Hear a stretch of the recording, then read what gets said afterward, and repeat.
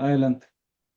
Muy buenas tardes, muy buenas noches, muy buenos días, muy buenas madrugadas, acorde al lugar donde nos escuchen, a la hora que nos escuchen. Como todos los viernes, estamos acá en Alternativas.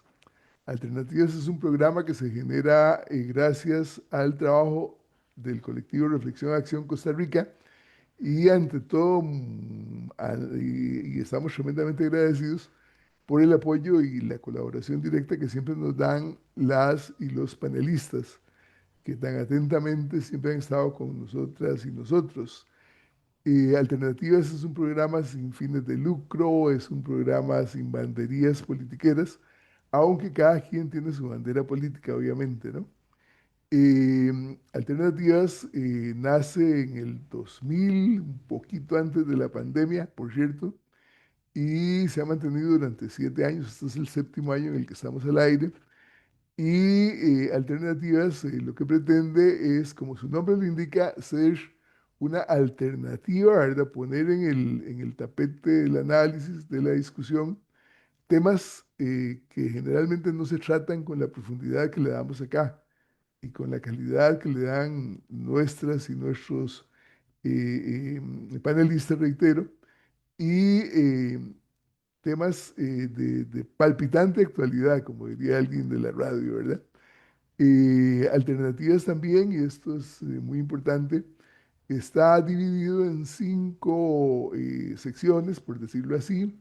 Está Alternativa Joven, que pone énfasis justamente en la realidad de la juventud costarricense y del mundo.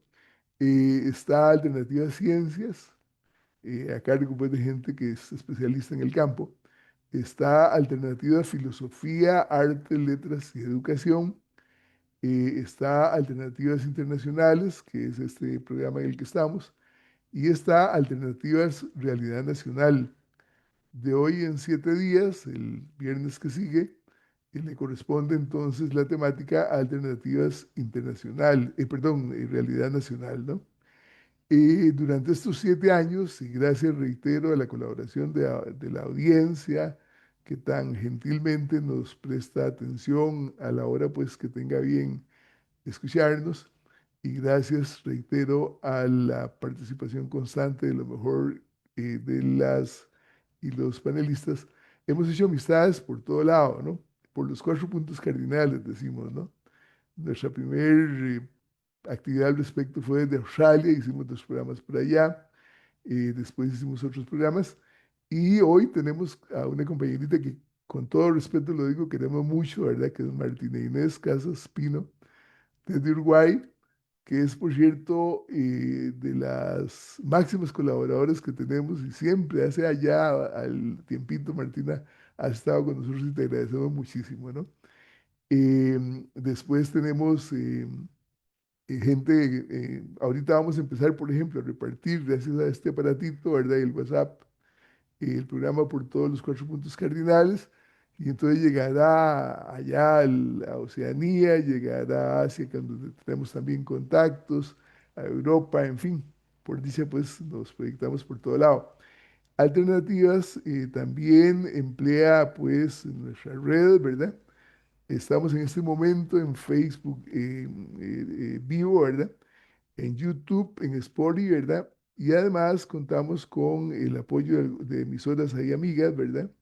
Radio Soberanía, Radio Guanacaste, Radio Revolución, Voces Libertarias. Y mañana, a partir de las 18, 6 de la tarde, hora de Costa Rica, estará en repetición en 506 Ondas a la Juelita Radio, que es una emisora que está creciendo ahí, ¿verdad? Y nos dan apoyo. Alternativas, finalmente, lo que pretende es que de alguna manera vayamos, y yo obviamente me incluyo, despertando la realidad, valga, reitero la redundancia real, ¿verdad? En que nos encontramos, ¿no? Desgraciadamente estamos muy separados de la realidad. Existen un montón de mecanismos que nos separan, que perversamente nos han separado de la realidad. Técnicamente algunos lo llaman aparatos ideológicos, ¿verdad? Distractores ideológicos. Por ejemplo, la religión fanática, por ejemplo, el opio fútbol, ¿verdad? Que una cosa es el fútbol y otra cosa es negociazo del fútbol, ¿verdad? Por ejemplo, la politiquería barata, ¿verdad? El sindicalismo barato, la falsa educación, que es domesticación, las tradiciones familiares, etcétera, ¿verdad? Que reitero, nos distraen de la realidad concreta. Entonces, lo que pretendemos es que veamos más allá de las apariencias. Y una vez que logremos esa visión, que para eso siempre marcamos algunos pasos: despertar, informarnos, unirnos, organizarnos, empoderarnos, movilizarnos y convertirnos en poder popular. No nos asustemos. ¿Qué es el poder popular? Sencillamente el pueblo despierto, unido, organizado, etcétera, etcétera, que en toda democracia, y Costa Rica teóricamente es una democracia, pues hagamos la práctica, ¿verdad? En toda democracia debe gobernar el país respectivo, ¿verdad? Máxime que si leemos el párrafo primero del artículo 9 de nuestra Constitución, plantea, entre otras cosas, que el gobierno de la República es popular, participativo, y lo ejerce el pueblo, ¿verdad? Y tres poderes: el pueblo delante, como debe ser en toda democracia, ¿no? Pero no el pueblo que en este momento somos, reitero, enajenado, alejado de la realidad, dormido, sino ese pueblo despierto, informado, etcétera, etcétera, ¿no? Pues bien, para contribuir en ese propósito, esta tarde tenemos un programa muy especial dedicado a un tema ineludible en este momento, ¿verdad? Que incluso nos va la vida como especie y nos va la vida como madre naturaleza en lo que hagamos al respecto, ¿verdad? El tema es crisis ecológica y futuro de la humanidad. ¿Qué hacer? Y es que en ese momento se está jugando las dos cosas. El futuro de la humanidad, y reitero, el futuro del medio ambiente, o sí, del medio ambiente en el que crecemos y nos desarrollamos en este momento, ¿verdad? Nos estamos suicidando si seguimos así, ¿verdad? Y siempre planteamos la preguntita de qué hacer. Para desarrollar esa temática estarán con nosotros la compañera Martina Inés Casás Pino, el compañero Marco Vinicio Alfaro Rojas, la compañera Marcela Dumani, que ahorita se nos agrega o tal vez ya se agregó, y el compañero Luis Paulino Vargas Solís, eh, que pues está con nosotros, ¿verdad? Y según lo hemos planeado, vamos a dar 2 minutos a a cada panelista, ¿verdad? Para que se presente, y luego ya haremos el tiempo respectivo para que desarrollen sus tesis sobre la problemática. Entonces, Martina, por favor, preséntate en 2 minutos. Bueno, buenas noches, buenas tardes, buenos días, depende del horario que nos estén viendo. Yo les hablo desde Uruguay con un frío tremendo en estos días. Y bueno, la verdad que siempre es un placer estar con Panga en Alternativas. Yo soy bióloga y estudié ecología política. Quizás hayan escuchado otros programas donde hemos tratado estos temas de crisis ecológica y la verdad que siempre es un placer hablar desde esta perspectiva con esta tan respetada audiencia y con estos respetados compañeras y compañeros de panel. Muchas gracias. Muchísimas gracias, Martina. Marco Inicio Alfaro Rojas, adelante. Sí, muchas gracias. Buenas noches. Eh, Vinicio Alfaro, de Naranjo. Soy administrador de negocios. Tengo 26 años directamente trabajando en la administración de transporte público y ligado a la parte ecológica y ambiental en específicamente algunos proyectos y de mi cantón, como son un proyecto de reforestación exclusivamente en el Cerro del Espíritu Santo y un- una tarea que se nos dio, como fue la Comisión para la Defensa de la Zona Protectora del Chayote. La zona protectora del Chayote es la zona de recarga acuífera más importante en Naranjo. Entonces, hemos tenido cientos de trabajos, de tareas complicadas para trabajar en la protección del lugar. Y estoy directamente ligado también a otras actividades ecológicas, pero principalmente esas dos en forma de voluntariado. Muchas gracias, Marco Inicio. Y bueno, está nuestra compañera Marcela Dumani Echandi. Marcela, bienvenida. Marcela es de las máximas colaboradoras también en Alternativas. Así es que Marcela, 2 minutos para que te presentes y muchísimas gracias.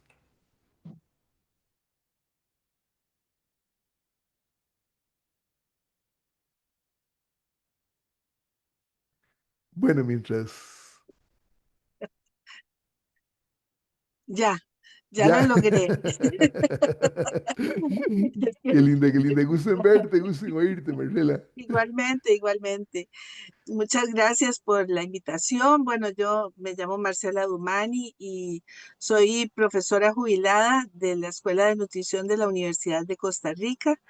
Y durante mis años de docencia, que fueron más de 20 años, trabajé en un tema que tiene que ver muchísimo con la cuestión ecológica, que es la seguridad alimentaria y nutricional.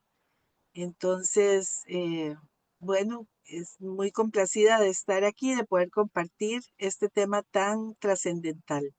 Muchas gracias, Luis. Muchísimas gracias, Marcelita. Y finalmente, don Luis Paulino, que también le agradecemos muchísimo, muchísimo porque ha estado con nosotros siempre. Luis Paulino, adelante, 2 minutitos. Hola, muy complacido y muy honrado de compartir con Marina, con Marcela, con Marco Vinicio, con usted, Luis Ángel.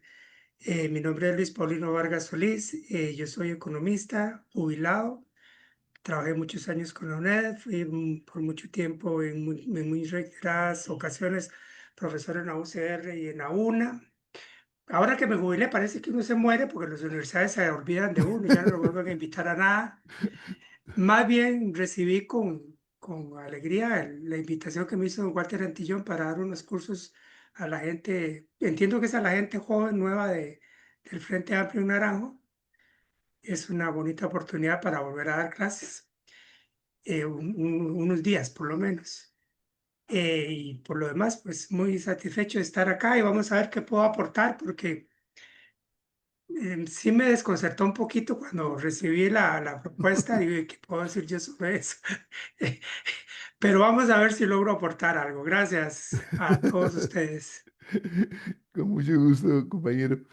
Entonces, ahora ya entramos en las exposiciones y empezaríamos con nuestra querida Martina. 20 minutos a partir de este momento para la primera exposición. Adelante, Martina. Bueno, ahora sí, buenas tardes, buenas noches.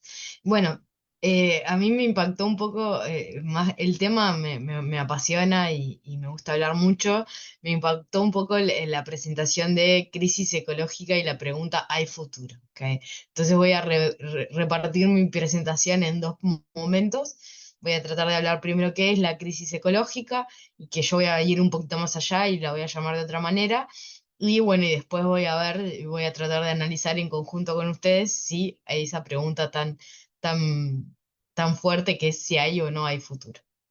Entonces, bueno, para mí hablar de crisis ecológica está bien, pero yo creo que no es una crisis que ocurre de forma aislada, sino está entramada con otras emergencias sistémicas que se retroalimentan. Entonces tenemos una crisis ecológica, de la cual voy a hablar un poquito más sobre cuáles son los detalles de esa crisis ecológica, una crisis climática que estamos viviendo los efectos del super El Niño, o distintos fenómenos que son cíclicos naturales, pero que se ven aumentados en su frecuencia e intensidad. También estamos viviendo crisis democráticas en todos los continentes, en muchos países, crisis de seguridad alimentaria, como hablaba Marcela, me parece interesante que abordemos que también existen crisis en un mundo donde sobran los recursos naturales, haya personas que no tengan para alimentarse. Una crisis energética, donde muchas personas no tienen acceso mínimo a la energía, cuando sabemos que la energía es lo necesario para realizar trabajo, para poder generar alimento, para poder subsistir a los cuidados, ¿no? Entonces todo esto nos lleva a que haya una crisis social. Entonces hay dos autores, Lander y Arconada, que hablan de que estamos viviendo una crisis civilizatoria, que todas esas crisis entramadas lo que conforman es una crisis terminal del patrón civilizatorio actual de la modernidad colonial. Entonces no es un fallo de una sola cosa, no solamente le estamos fallando a la ecología, sino que que ya estamos hablando de la insostenibilidad de las bases estructurales del sistema que conocemos, y ese sistema que conocemos en realidad falla porque está basado en un montón de eh, estructuras que son negativas para cómo nos relacionamos como sociedad y cómo nos relacionamos como sociedad con la naturaleza. El modelo civilizatorio que estamos viviendo esta crisis es un modelo antropocéntrico, centrado meramente en el humano, en el crecimiento económico. Es un modelo patriarcal que no estima los cuidados, las tareas de cuidados, las tareas, el trabajo de la mujer, la figura de la mujer. Es un sistema colonial que se ha sostenido y se sostiene hasta el día de hoy y se sigue replicando en las raíces de nuestra economía, de nuestras relaciones internacionales, de nuestra cultura. Es un sistema clasista, se sigue sosteniendo esa fractura social de las clases sociales, y es un sistema racista.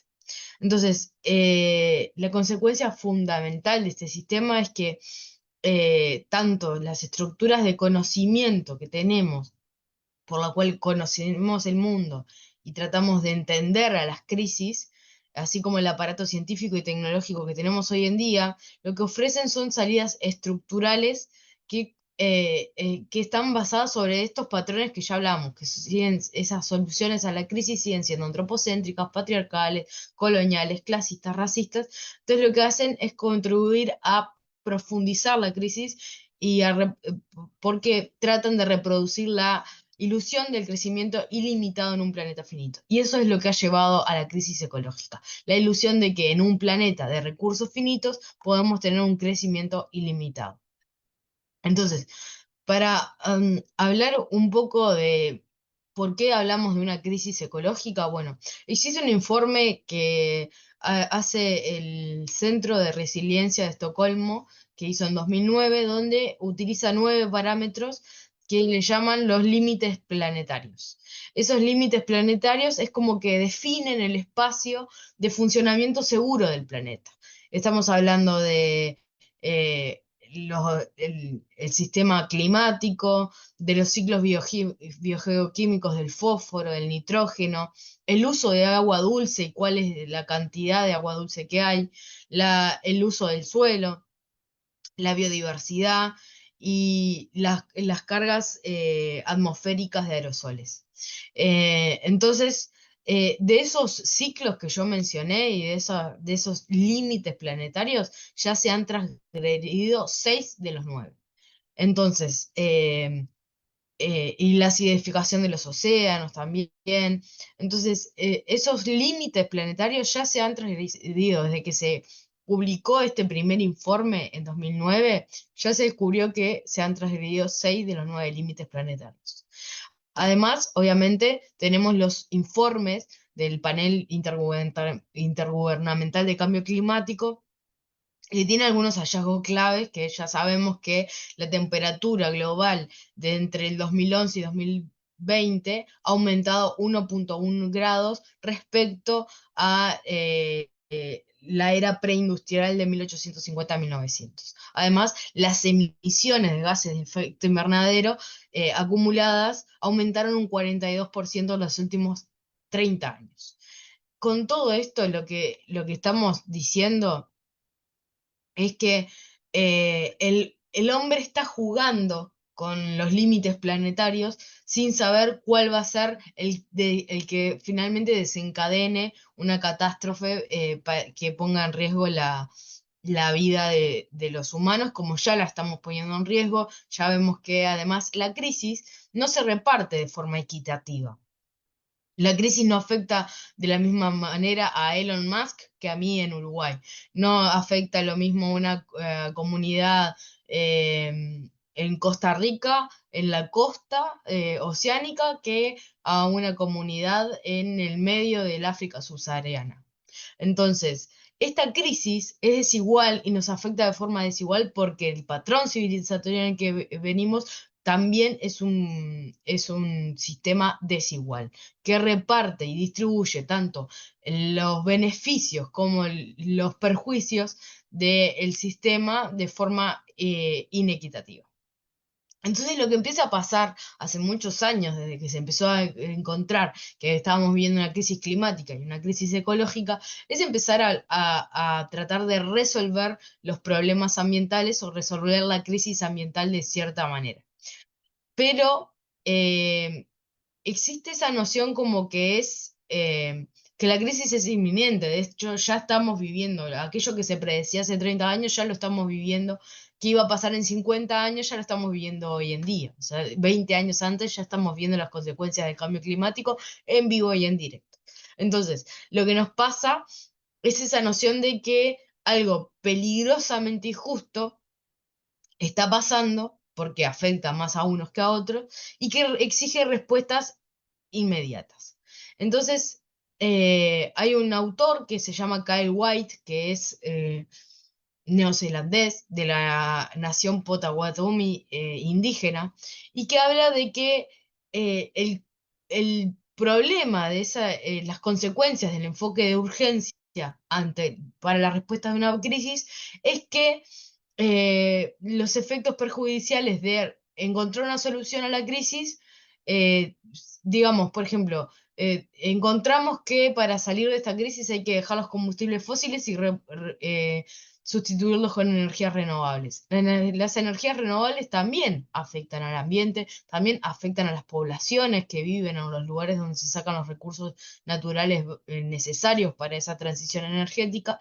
Entonces podemos decir, bueno, pero son consecuencias desafortunadas, pero aceptables. Entonces, Kyle Wilde nos advierte sobre estas cosas.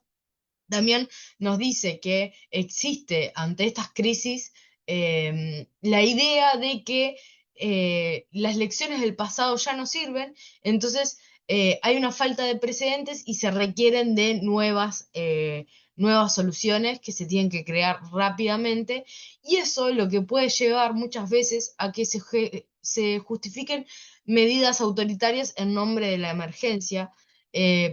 Por ejemplo, se desplazan comunidades porque se precisan esos territorios para hacer desarrollos para descarbonizar la energía. Entonces, lo que termina siendo ese tipo de solución a la crisis ecológica es perpetuar el colonialismo en nombre de las respuestas de las crisis ambientales. Y el cambio climático es un caso paradigmático de crisis en la cual se ha aceptado eh, por sus soluciones efectos negativos. Por ejemplo, los bonos de carbono es un ejemplo de una herramienta negativa que nos ha dado la idea de que es necesario implementarla ya, implementarla mal a pesar de sus consecuencias, porque lo que se nos viene es peor. Entonces, eh,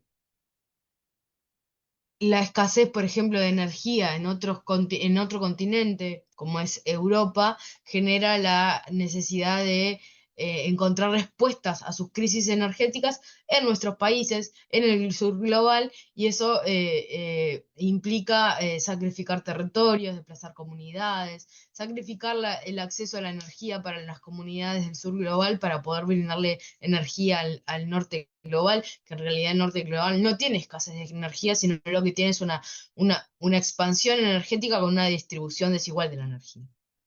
Entonces, existe esta idea de que todo el mundo está de acuerdo de que hay que descarbonizar la matriz energética y hay que abandonar los combustibles fósiles, pero a cualquier costo. Y eso es un- una, una idea que lo que pasa es que cambia, sí, puede generar efectos positivos en el ambiente, pero no es un cambio sistémico, no cuestiona ni las lógicas de crecimiento infinito del sistema económico dominante, ni cuestiona que puede llegar a crear nuevos patrones de acumulación económica y crea nuevos mercados especulativos como los bonos verdes, los mercados de carbono, y además eh, no implica una reducción neta ni inmediata de los combustibles fósiles, sino una ampliación de la matriz energética. Entonces, esto se da porque muchas personas que generan las políticas para las salidas de las crisis son personas que confían en que el extractivismo y el capitalismo verde son soluciones a la crisis ambiental y ecológica. Entonces lo que termina pasando muchas veces es que nos proponen los países del sur global sumarnos a la descarbonización, sumarnos a eliminar los combustibles fósiles, poniendo, por ejemplo, grandes represas eléctricas que inundan grandes territorios, desplazan comunidades, o poniendo grandes parques eólicos que afectan a la biodiversidad del lugar, o poniendo grandes parques solares que aniquilan otras formas de vida en el territorio, como puede ser la ganadería o puede ser el cultivo de alimentos. Entonces desplaza usos del suelo por la acumulación y expansión energética. Entonces, yo quería hablar de esto porque me parece importante que muchas veces nos olvidamos de que las soluciones al cambio climático y a la crisis ecológica a veces terminan enmascarando otros problemas, y es importante que a la hora de pensar soluciones y un futuro para estas crisis, empecemos a pensar que tenemos que tratar de desmercantilizar ciertas cosas como la energía, la vivienda, los cuidados. No es posible que tengamos que pagar por los cuidados, que desmercantilicemos la alimentación, que no puede ser un commodity el agua. Eh, También que empecemos a democratizar el acceso a la energía, a la vivienda, a los cuidados, el acceso al alimento. Que se trate de fosilizar todo, posiblemente todo lo que se pueda, sí, pero no a cualquier costo. Que se desconcentre la concentración de, por ejemplo, eh, de los medios de producción de energía, los medios de distribución de energía, los medios de producción de alimento, los medios de distribución del alimento. Que se descentralice también, no solo que se desconcentre, que pase de estar en manos de unos pocos a estar en manos de muchos, y que además esté distribuido en el territorio de forma equitativa. Y que además todo esto se haga con una perspectiva despatriarcalista, y que tratemos de evitar, por ejemplo, aquellas industrias que se dicen industrias verdes, que en realidad, por ejemplo, le generan un ingreso solamente a una población trabajadora muy masculinizada y no piensa en la población femenina. Entonces, ustedes van a decir, pues a veces Chiquilina empezó hablando de crisis ecológica y crisis ambiental, pero yo les dije que todo está entramado, porque es la relación del hombre con la naturaleza lo que se ha fracturado, y es esa relación también lo que nos lleva a pensar de cierta manera las formas de vida que tenemos, y nos hace pensar de cierta manera que nos acerca más a un modo de vida algunos autores le llaman un modo de vida imperial, un modo de vida que no se condice con muchas veces como podríamos relacionarnos nosotros con nuestro territorio, sino que nos lleva y nos empuja a vivir de una forma que es el modo de vida de algunos pocos en el norte global. Entonces hay que reconocer como principio transversal a la hora de cambiar de ese modo de vida imperial, de esa crisis, de esa transición de un modelo de crecimiento ilimitado a un movimiento, a un modelo de transformación ecosocial. Hay que reconocer que existen límites físicos planetarios, y que son aquellos que yo les mencioné anteriormente, que son esos 9 límites planetarios que están estudiados por la ciencia. También es importante poner la vida en el centro. No solo la vida de los seres humanos, sino también de los seres no humanos, porque están sufriendo tanto como nosotros, estamos teniendo pérdida de biodiversidad, que no solamente es importante porque la biodiversidad cumple funciones funciones ecosistémicas que a nosotros los humanos nos benefician, sino porque además nuestra relación con los no humanos, con los animales, con las plantas, es fundamental también para nuestro bienestar emocional, cultural, psicosocial. Entonces, poner la vida en el centro, humana y no humana, es fundamental, poner los cuidados en el centro. Entonces, muchas veces se nos plantean soluciones a la crisis ecológica y decimos, bueno, esto puede ser una beta para el futuro. Podemos decir, bueno, el hidrógeno verde es una solución al futuro. Bueno, pero ojo, hay que evaluar esa tecnología con cierta lupa. Y ahora les voy a presentar la lupa y la herramienta para tratar de ver y tratar de evitar el maquillaje verde a esta crisis ecológica, porque si seguimos repitiendo los mismos patrones patriarcales, de acumulación económica, clasistas, racistas, entonces vamos a seguir repitiendo, vamos a seguir cayendo y cayendo una y otra vez en la misma crisis. Entonces existe una campaña global en contra de las falsas soluciones. Son soluciones corporativas que suelen tratar de perpetuar la disposición bajo etiquetas ecoamigables. Entonces son, por ejemplo, bueno, yo les mencionaba el hidrógeno verde, que es mi objeto de estudio en la maestría, pero podemos hablar de los biocombustibles, por ejemplo, también son soluciones, o los mercados de carbono a la crisis ecológica. También las soluciones basadas en naturaleza muchas veces funcionan, pero hay veces que hay que hacerse cierto tipo de preguntas y son las siguientes. Esas iniciativas que afirman que protegen el planeta, eh, consolidan el sobreconsumo y el extractivismo corporativo. ¿Quién está detrás de la solución que nos proponen? ¿Hay participación democrática y transparencia a la hora de presentar la solución?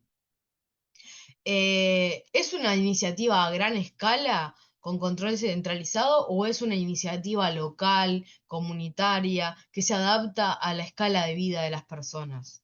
Eh, ¿Existe conocimiento de las dinámicas ambientales locales a la hora de presentar esas soluciones?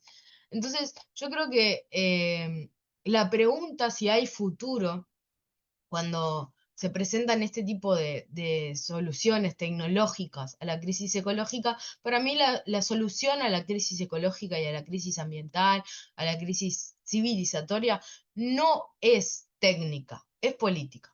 Para mí tienen que existir criterios para evaluar cualquier proyecto de transformación ecosocial que uno se puede preguntar. ¿Garantiza los bienes comunes como derecho o los expropia para la explotación de unos pocos? ¿Quién controla la tecnología que me están ofreciendo para resolver el problema de la crisis ambiental? ¿Existe información para la comunidad? ¿Existe participación en la comunidad? ¿Tiene sentido a escala local?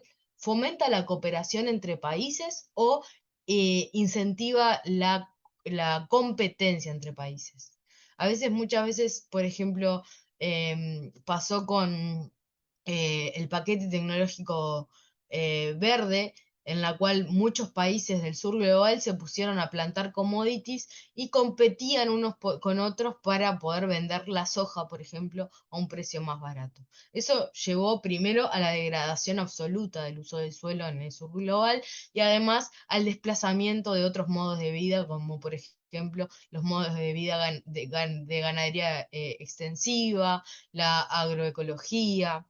Y bueno, y cuando nos presentan una solución, siempre hay que preguntarse, ¿qué lugar tiene la naturaleza en esa solución? Si la naturaleza no está pensada, no está incorporada, o qué lugar tienen las mujeres en esa solución. Porque si no, vamos a seguir replicando los patrones que nos llevaron a una crisis y a una fractura, no solo social, sino también metabólica con el planeta Tierra. Entonces yo creo que hay futuro, ¿sí? Y tiene que ver un poco con esto, con tomar la iniciativa de que no va a haber una macro solución a la crisis global planetaria, sino que va a haber pequeñas soluciones a escala local que estén pensadas por las comunidades para resolver sus propios problemas y no para resolver las necesidades de los tecnofeudalistas, para resolver las necesidades del norte global, sino que para resolver las necesidades de las comunidades que viven y son afectadas por la crisis planetaria. Entonces yo creo que es importante desmantelar las lógicas extractivistas, colocar la vida en el centro para que las personas empiecen a imaginarse un futuro conectado con la naturaleza y un futuro que los tenga a ellos en el centro. Más o menos por ahí va mi intervención y les agradezco la atención. No, infinitas gracias a ti, Martina. Excelente, excelente, excelente, porque el enfoque fue como lo esperábamos. Científico, global y con soluciones concretas y además con esa lupa ahí, ¿verdad? Esas lupas que nos pusiste, ¿verdad? Que son fundamentales de respetar cuando de soluciones se trata. Don Marco Vinicio Alfaro, adelante con 20 minutos.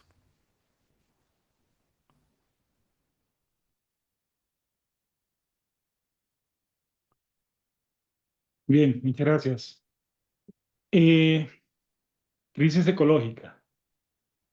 Ok, hago un pequeño análisis de las causas y las manifestaciones que se pueden dar.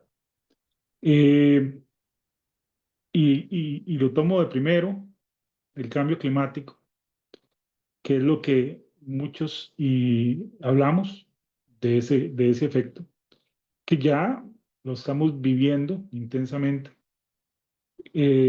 Esos gases de efecto invernadero que producen un aumento de la temperatura y una quiebra de los ciclos naturales de vida.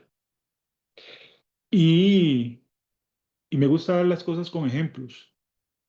Veamos el mes de julio, donde no llovió. Estábamos en invierno y no llovió. Aquí en Costa Rica estamos en invierno y casi no llovió. Los primeros días de agosto tampoco llovió. Pero vino el fin de semana anterior y en 2 días, por lo menos en la parte del Caribe, llovió lo que tenía que llover en un mes, ¿verdad? Entonces, todos estos, que lo digo así, un rompimiento de los ciclos naturales, eh, que lo estamos viviendo intensamente. También la pérdida de la biodiversidad, que es la destrucción de los hábitats, y fenómenos como la deforestación, la pérdida de algunas especies, el daño a los manglares. Esto solo en la parte de la flora y en la parte de la fauna, eh, muchos animales o grupos de animales que nos ayudan directamente en el control. Veamos el caso de las abejas con las polinizaciones, los murciélagos con controles de plagas, eh, los mismos animales carroñeros, como llamamos los zopilotes, que limpian los restos orgánicos, los castores que hacen unas represas naturales en los ríos y en fin, o sea, son muchos que están sufriendo toda esta situación. El tercer punto que quiero mencionar y es la contaminación, esa gran cantidad de plástico que estamos desechando y que estamos tirando en los ríos, en los océanos, esa contaminación que estamos dándole a los suelos fértiles, con un montón de químicos y sustancias que automáticamente en algún momento nos tenemos que comer. Y un poco de la escasez de los recursos, el consumo excesivo del agua, el abuso de los suelos cultivables. Entonces, son algunas de las causas que presento de esta forma. Pero, ¿qué consecuencias traen? Lo analizo con las migraciones masivas que se han estado dando a nivel de nuestro continente, Eh, hay gente que se traslada para ir a buscar agua. Hay gente que ya no tiene agua en sus comunidades, entonces tienen que salir o de sus países también. La crisis alimentaria, que bueno, ya este tema, ya sabemos que doña Marcela lo anunció y y lo va a desarrollar ella, pero con la situación de las sequías y la degradación de los suelos, todo esto afecta directamente la crisis de nuestros alimentos. Los riesgos sanitarios, una alteración en los ecosistemas, donde cada día salen nuevas enfermedades y una afectación directa a la vida. Y un elemento importante que son los conflictos geopolíticos. Actualmente vemos luchas en todo el mundo y tenemos una lucha, una guerra que se está desarrollando eh, por la crisis del petróleo, pero también hay crisis del agua y de otros minerales. En fin, todo esto produce un conflicto mundial. Bien, a nivel de análisis, soluciones. Y bueno, ya lo decía la compañera Martina, es difícil tratar de proponer una solución cuando algunas veces afectamos a otras. Pero bueno, eh, lo propongo como una transición energética, la eliminación de los combustibles fósiles para buscar energías limpias y renovables. Ya Martina lo explicó y lo dijo, que también hay afectación, pero bueno, lo importante es parar esa utilización desmedida de los combustibles fósiles. Las economías circulares, reducir el desperdicio y la reutilización de los materiales. Tenemos que reciclar, que reutilizar. También la conservación, proteger y restaurar los bosques, océanos.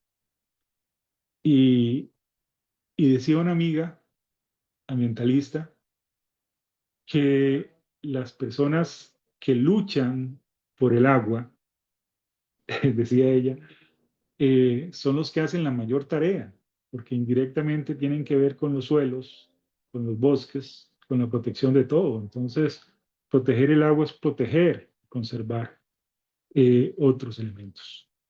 Y la acción política, que es las leyes para reducir las emisiones contaminantes. Qué qué difícil en un sistema donde nos han enseñado a que tenemos que ir o movernos en el carro, ¿no? Entonces, ir contra esas ideas. Pero a manera de ejemplo, y como les decía antes, me gusta hablar con ejemplos claros, porque algunas inclusive dicen que ni siquiera existe esa crisis ecológica.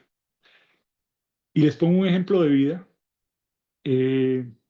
Cuando teníamos 13, 14 años, íbamos los compañeros de la escuela y ya cuando estábamos en el colegio, íbamos a un río en Naranjo, se llama el río Colorado. El río Colorado está cerca de entre Naranjo y Sarchí. Y nos íbamos a bañar ahí. Hasta algunos escapados íbamos ahí a bañarnos. Y fuimos varias veces, 4 o 5 veces a bañarnos. Y disfrutábamos muy bonito porque había una poza que llamaban la poza de los bomberos y todo el mundo se tiraba ahí. Habían dos rocas grandes que se estaban a la par del río y se tiraba uno de las rocas. Ahí aprendimos a nadar. Y eso fue cuando yo tenía unos 12 años. Yo nací en el 70, tengo 56 años.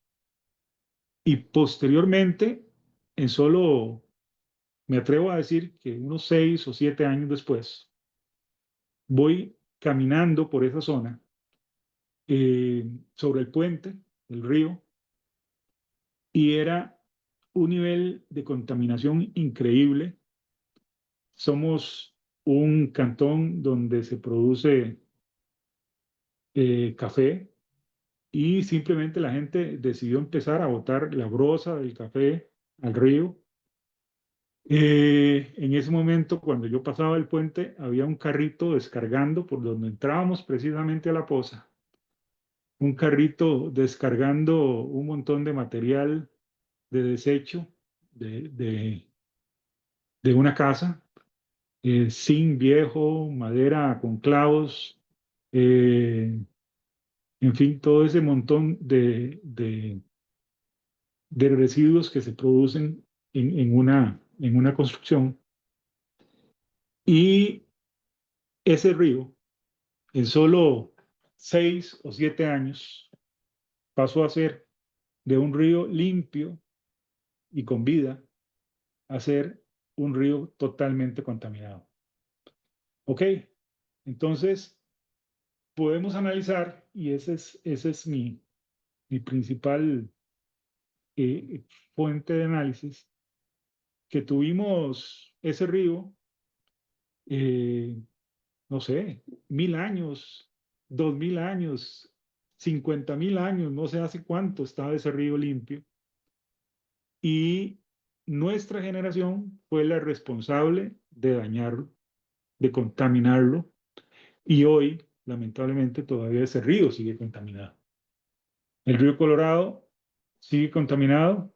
Hay un pequeño proyecto de voluntariado en un grupo de Sarchí que está tratando de hacer limpieza en ese río, pero lamentablemente, y somos conscientes que es muy difícil.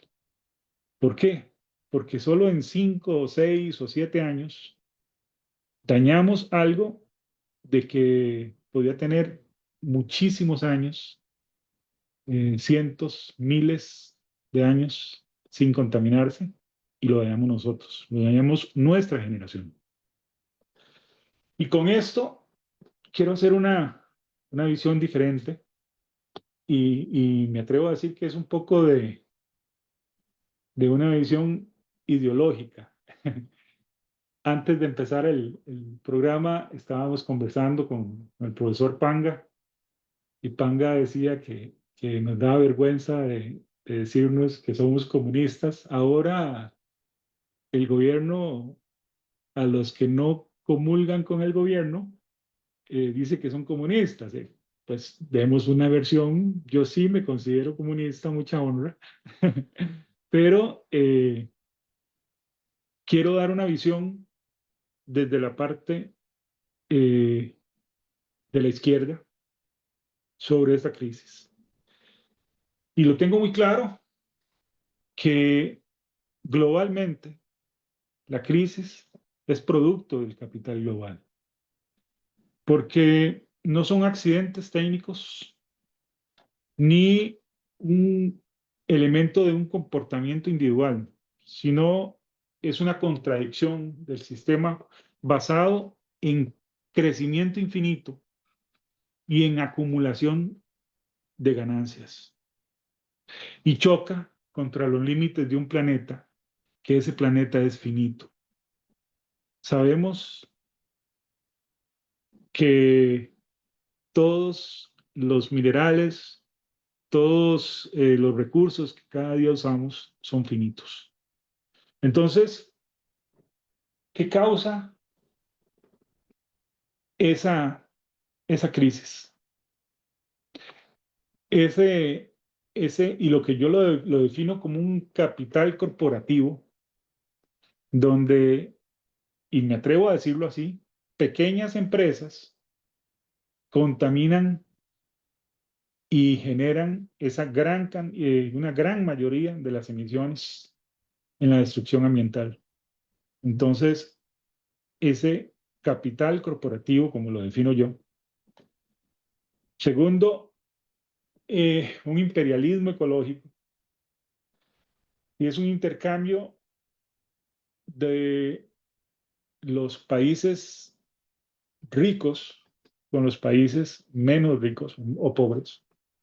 Entonces, y lo digo con ejemplo, tenemos el caso de Canadá, con sus famosas empresas mineras que vienen a Costa Rica con un nombre que se llamaba Infinito Gold, y esa empresa venía a contaminar nuestro país, a llevarse la riqueza y posteriormente a dejarnos como un país pobre, dejarnos todos los residuos de esa contaminación. Entonces,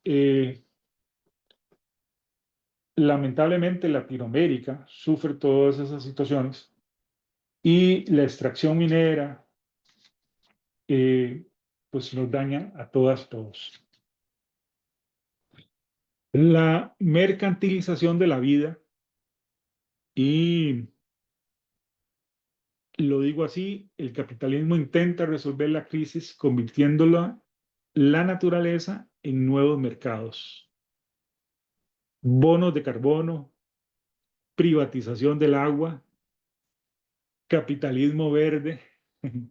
Nos venden esas ideas, pero es con un objetivo de seguir lucrando con el daño, ¿verdad? Entonces, he ahí una mercantilización de la vida y un colapso de un colapso de la civilización. En este sentido, la humanidad, si sigue en este mismo ritmo, si la humanidad continúa este mismo camino en que vamos, estamos llegando a ver un apartheid climático, donde, como lo decía la compañera Martina, no a todos nos afecta el cambio o la crisis eh, por igual. Ok, pero ¿qué hay que hacer? ¿Qué hay que hacer? Y aquí es donde vamos al futuro. Tratar de ver la visión de futuro. Simplemente para transformar eso, tenemos que tratar de sobrevivir. ¿Y cómo podemos sobrevivir? Ok, algunas propuestas.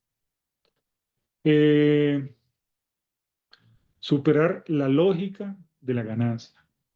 O sea, producir para satisfacer las necesidades humanas, la salud, la educación, el alimento, la vida, y no como enriquecimiento privado. Realmente suena una utopía, ¿verdad? Pero es la única forma de poder sobrevivir. Ok, posteriormente planteo el control social de las energías, nacionalizar y socializar las empresas de energía para descarbonizar la economía rápidamente, sin dejar a las y los trabajadores desamparados. Un decrecimiento planificado, o sea, reducir el consumo de energía y los materiales superfluos.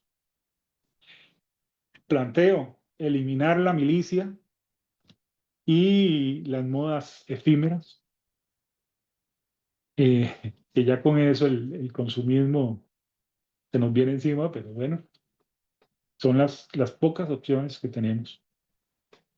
Soberanía económica.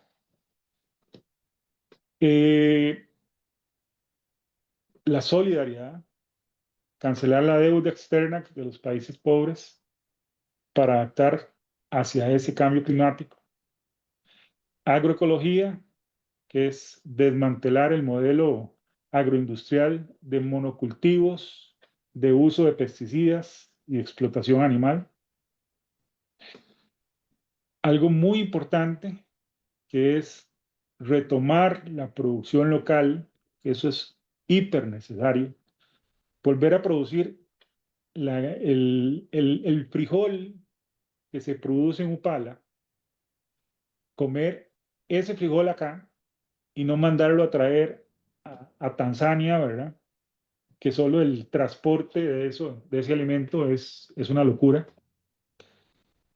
Y la desmercantilización de la vida, que es garantizar el agua, la vivienda, la salud y el transporte masivo que sea gratuito o altamente subsidiado para poder surgir una brecha económica. Ese es mi pequeño aporte y continuamos. Un pequeño aporte que significa revolución, con la que estamos totalmente de acuerdo. Gracias, compañero, y comulgamos totalmente. La compañera Marcela Domani Chandy, adelante, 20 minutos, Marcelita. Muchas gracias. Bueno, ya los compañeros Martina y Marco Vinicio han desarrollado un marco muy necesario para comprender esta crisis civilizatoria, como la ha llamado Martina. Y por supuesto que siendo el alimento algo fundamental para la vida, esa crisis tiene un montón es decir, el alimento está situado, ¿verdad?, dentro de muchas de las manifestaciones de esa crisis civilizatoria y al revés también, ¿verdad? Toda esta crisis afecta también los sistemas alimentarios.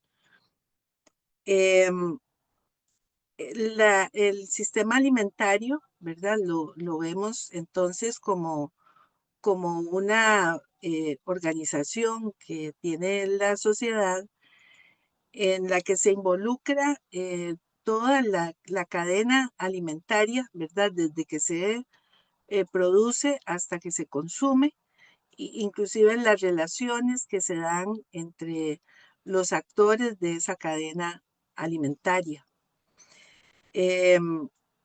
Y el sistema alimentario muchas veces se percibe como solamente vinculado con la tierra, pero es un sistema que involucra la tierra, o sea, la parte continental, el agua dulce y los océanos, en una relación estrechísima y total.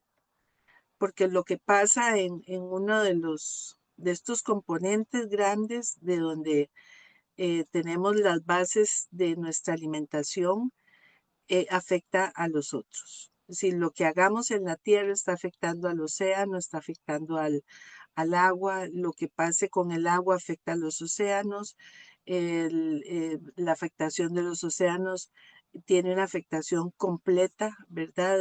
A nivel planetario. Entonces, pues es muy complejo, ¿verdad? Lograr comprender todas las cosas que están involucradas en el sistema alimentario que tienen que ver con esta crisis ecológica, con esta crisis civilizatoria.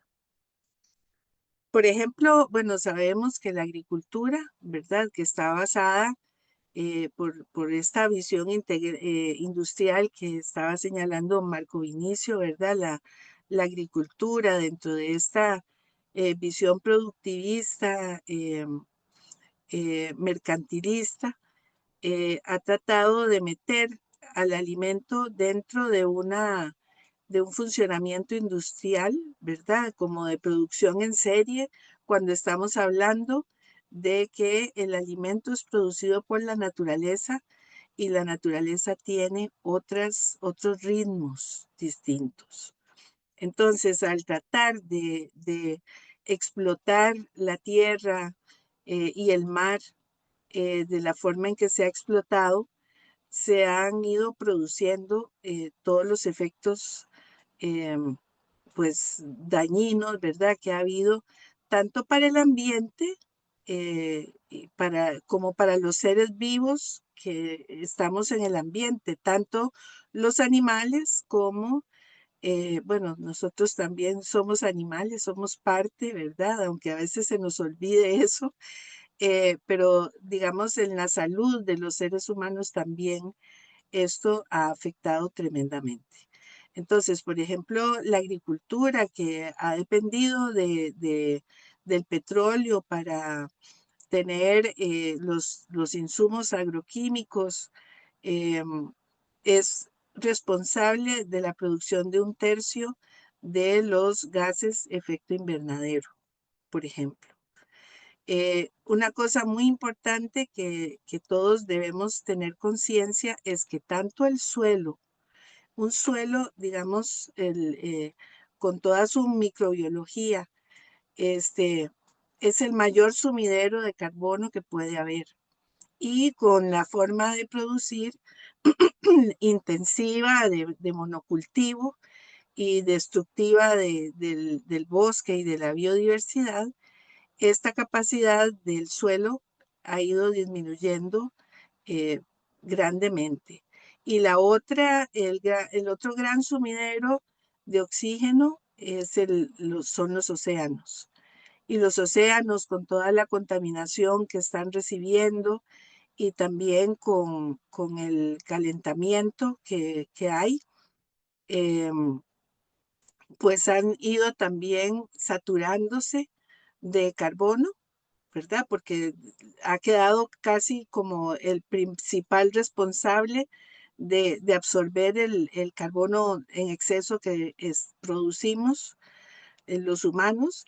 Y entonces esto ha alterado, por ejemplo, la calidad del agua, la acidez, el pH del agua, y esto está afectando grandemente la posibilidad de reproducción de una serie de especies y también dañando los centros de reproducción de la biodiversidad marina, como son las partes de coral, los manglares y diferentes tipos como de zonas productivas, ¿verdad? Como de ecosistemas marinos que existen, que son varios ecosistemas que dependen de ciertas combinaciones de algas y todo eso se está afectando de manera importantísima.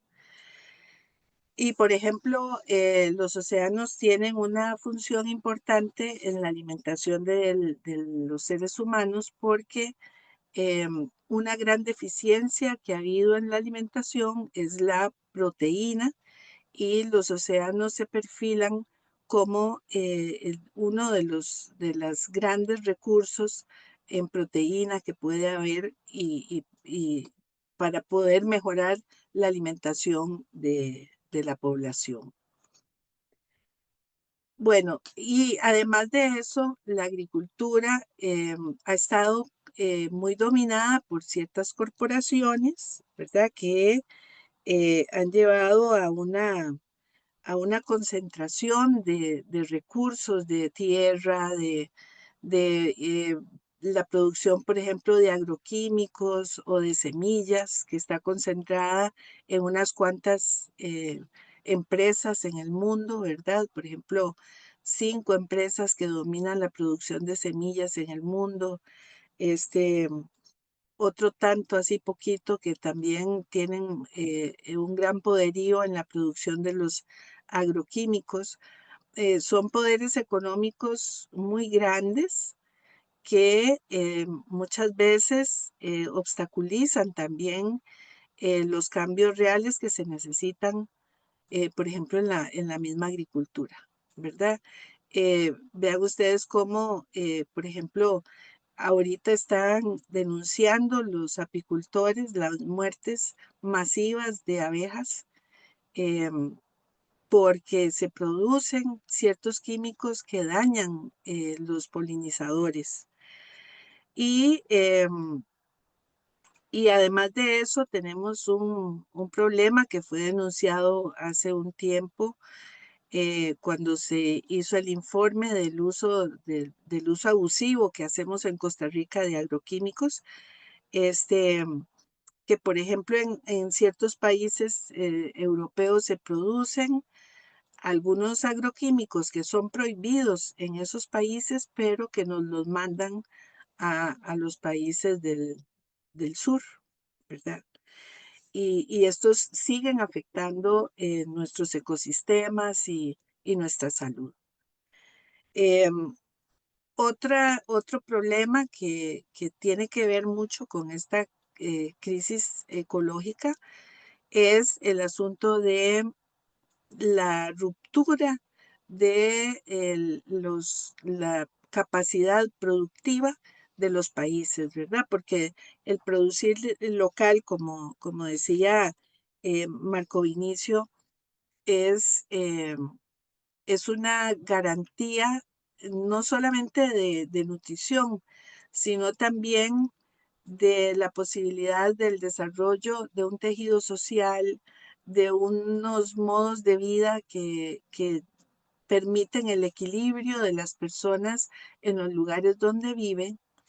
Y además de eso, reducen demandas como por ejemplo todo lo que se requiere para el transporte de alimentos en el mundo, ¿verdad? Que requiere de ese montón de combustible, que requiere de refrigeración, y los gases para la refrigeración también son gases que tienen que ver con el calentamiento global.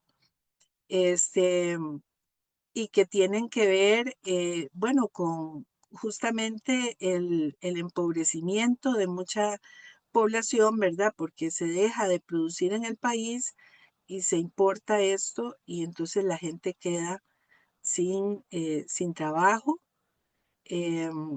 o teniendo trabajos cada vez menos, eh, digamos, dignos, ¿verdad? Que les permita vivir dignamente.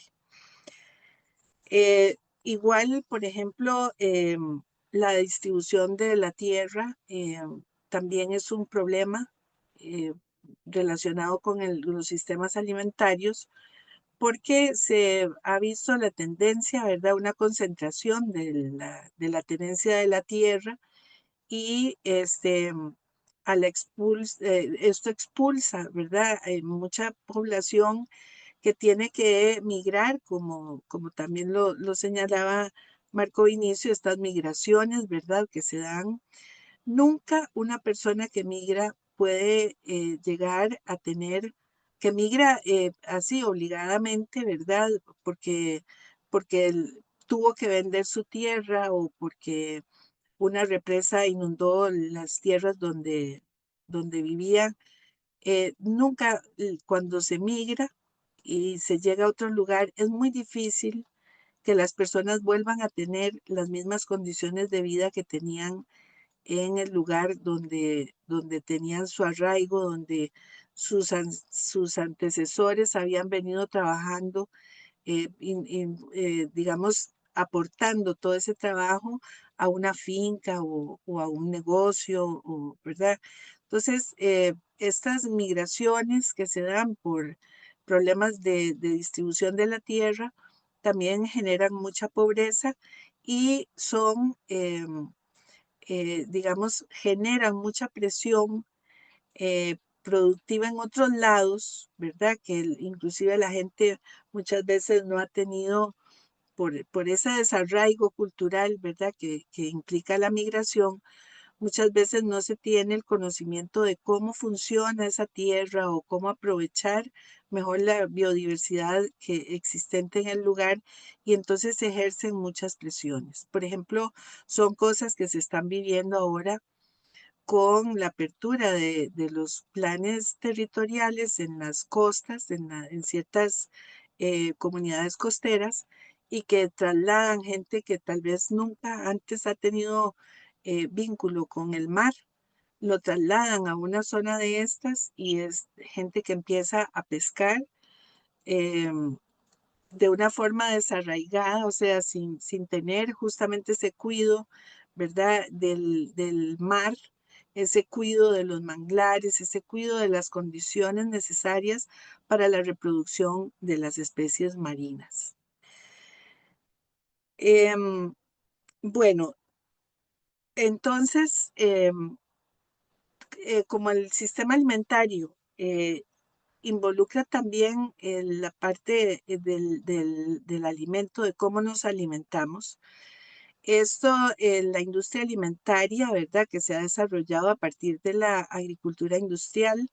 La industria alimentaria es como la hermana, ¿verdad? De la agricultura industrial y hay un eslabón muy importante que son las grandes cadenas de supermercados. Y esta tríada que se ha dado ha venido también a cambiar la alimentación de las personas, ¿verdad? Nos han hecho más dependientes de alimentos preparados, de alimentos procesados, que a la vez, ¿verdad? Esas industrias tienen ciertos requerimientos, ese tipo de alimentos tiene también ciertos requerimientos, como por ejemplo la cuestión de los empaques, ¿verdad? Que a partir de cosas que se comen se generan una cantidad enorme de plástico que se bota. Mucho de este plástico de un solo uso, por ejemplo, ¿verdad? Este, o de ciertos materiales que cuesta mucho pensar en su degradación.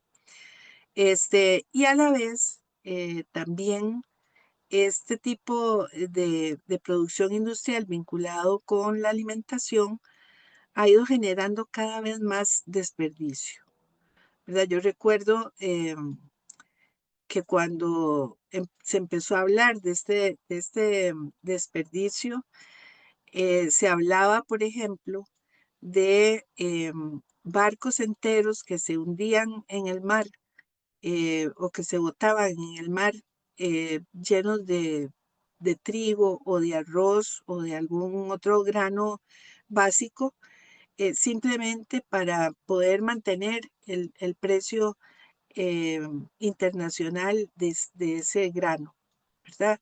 Cuando había una sobreoferta, entonces se botaba. Nosotros, como países que somos ahora dependientes de la importación, también tenemos el problema de que recibimos alimentos que no son de primera calidad, como serían los que produciríamos aquí en el país, ¿verdad? Em, los alimentos que nos llegan de otros países, sobre todo los granos básicos, son de una calidad inferior a la que se puede consumir en el mismo país, por ejemplo, o la que consumen otros países que tienen una mayor importancia económica que nosotros en el mercado, ¿verdad? En cuanto a mercado que demanda. Entonces,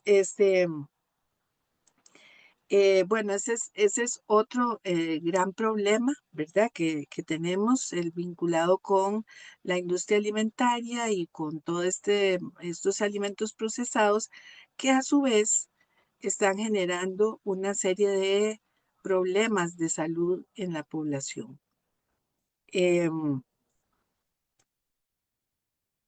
Bueno, entonces, ¿qué soluciones, verdad? ¿Qué soluciones o qué aspectos sería importante cambiar para poder que los sistemas alimentarios contribuyeran con, con una disminución por lo menos de la afectación que produce el mismo sistema alimentario eh, al, al, eh, al mundo, ¿verdad? Al planeta?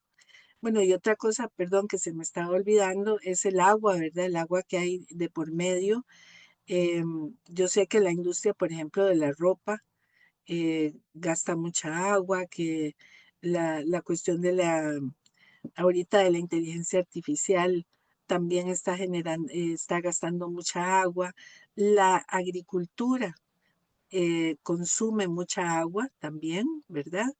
Este, pero también la industria alimentaria, ¿verdad? Entonces, eh, también es un aspecto que tenemos que pensar, ¿verdad? En cómo hacer para que este sistema alimentario demande menos agua de la que demanda en este momento. Y esto tiene que ver muchísimo, por ejemplo, con la calidad del suelo. Entonces ahí es donde entramos, ¿verdad? A hablar de agroecología, que la agroecología es una ciencia que se basa prácticamente en el suelo, en la calidad de ese suelo, ¿verdad? Para la producción, pero también la agroecología es un movimiento político que reivindica una serie de cuestiones como por ejemplo las relaciones económicas que hay en el sistema alimentario y, han sido por este sistema alimentario industrial, ha sido un sistema que ha generado una gran pobreza, ¿verdad? En la zona rural y que se ha trasladado a las zonas urbanas también. Entonces, hablamos, por ejemplo, de agroecología, ¿verdad? Como un aspecto fundamental. Eh, También hablamos de educación a la población y de información, porque hay demasiada desinformación. O sea, las personas no tienen un conocimiento adecuado como para poder comprender o para poderse motivar a tener comportamientos de consumo distintos, ¿verdad? Por ejemplo, hablaba el otro día un productor de aguacate que tratamos nosotros los consumidores de que los aguacates sean perfectos, de que no tengan pero ni una sola cicatriz, y resulta que el costo de que un aguacate sea perfecto es el uso de un agroquímico, ¿verdad? Que mata un bichito que es el que hace esa cicatriz en la cáscara que no afecta la pulpa del aguacate. Y que además de eso, ese insecticida que mata a ese bichito le hace daño a las abejas y a otros polinizadores. Entonces, necesitamos tener educación, pero cada vez la educación se desvincula más, ¿verdad? De la cuestión de la naturaleza. Como vemos, se han eliminado en las clases de agricultura, en las escuelas, ¿verdad? Los niños no tienen ese vínculo. De hecho, hay una corriente, ¿verdad?, que plantea una deficiencia de naturaleza como una base de problemas de salud mental, ¿verdad? Sobre todo en los niños de las ciudades. Pero también a los niños de las zonas rurales, también hay que educarlos distinto, ¿verdad? Para que puedan también ellos promover este cambio que se requiere en la producción. Ya se nos Eh, agotó el tiempo, Marcelita. Nada más, un par de cositas más, como Marco Vinicio lo señaló, territorios organizados y productivos, ¿verdad? Que acerquen mucho más la producción a la población y que no impliquen el cambio en los modos de vida, porque el cambio en los modos de vida genera mucho problema. Y la economía social solidaria, que es la compañera indiscutible de la seguridad alimentaria y nutricional y de la soberanía alimentaria. Muchísimas Gracias. gracias, Marcelita. Excelente, excelente, excelente. Don Luis Paulino, adelante, 20 minutos.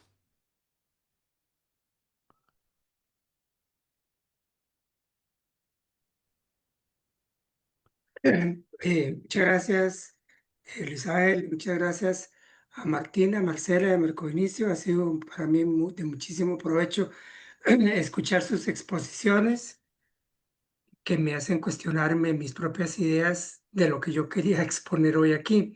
Que por cierto, Luisabel, usted me agarró un poco de sorpresa con esa propuesta. En realidad, debo admitir que no es un tema al que yo le haya prestado mucha atención y creo que de aquí en adelante trataré de prestarle más atención. Tal vez cuando salga de las cosas que estoy tratando de trabajar ahora, trataría de retomar esa pregunta que quedó formulada con el tema propuesto.